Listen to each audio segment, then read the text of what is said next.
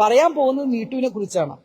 നമ്മുടെ മനസ്സിലുള്ള രഹസ്യങ്ങൾ നമ്മൾ വിശ്വസിച്ച് പറയുമ്പോൾ ഒരു ക്യാമറ അത് ക്യാച്ച് ചെയ്യുന്നത് എന്തിനാണെന്ന് സ്വാഭാവികമായിട്ട് എനിക്ക് തോന്നി. ഞാനത് ചോദിച്ചു.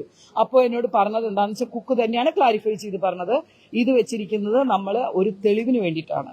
അപ്പൊ ഞാൻ പറഞ്ഞ തെളിവിന് വേണ്ടിയിട്ടാണ്. ശരി, തെളിവിനിപ്പം അതില്ലാതെ നാളെ ഇത് പറഞ്ഞു ഇന്നാൾ പറഞ്ഞു. ആദ്യം ചെയ്തത് എന്താണ്? ഫസ്റ്റ്ലി ഞങ്ങളോട് പറഞ്ഞ ഞങ്ങളുടെ എല്ലാവരുടെയും മൊബൈൽ ഫോൺ മാറ്റി വെക്കണം.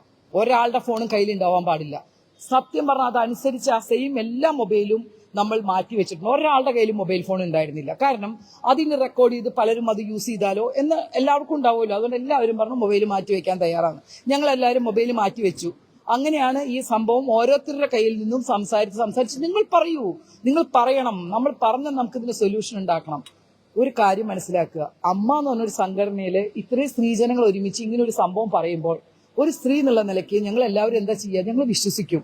കാരണം നാളെ വരുന്ന തലമുറയ്ക്കോ ആർക്കും ഒരു പ്രോബ്ലം ഇല്ലാതെ നമ്മുടെ സിനിമാ രംഗം നല്ല രീതിയിൽ മുന്നോട്ട് പോകണം.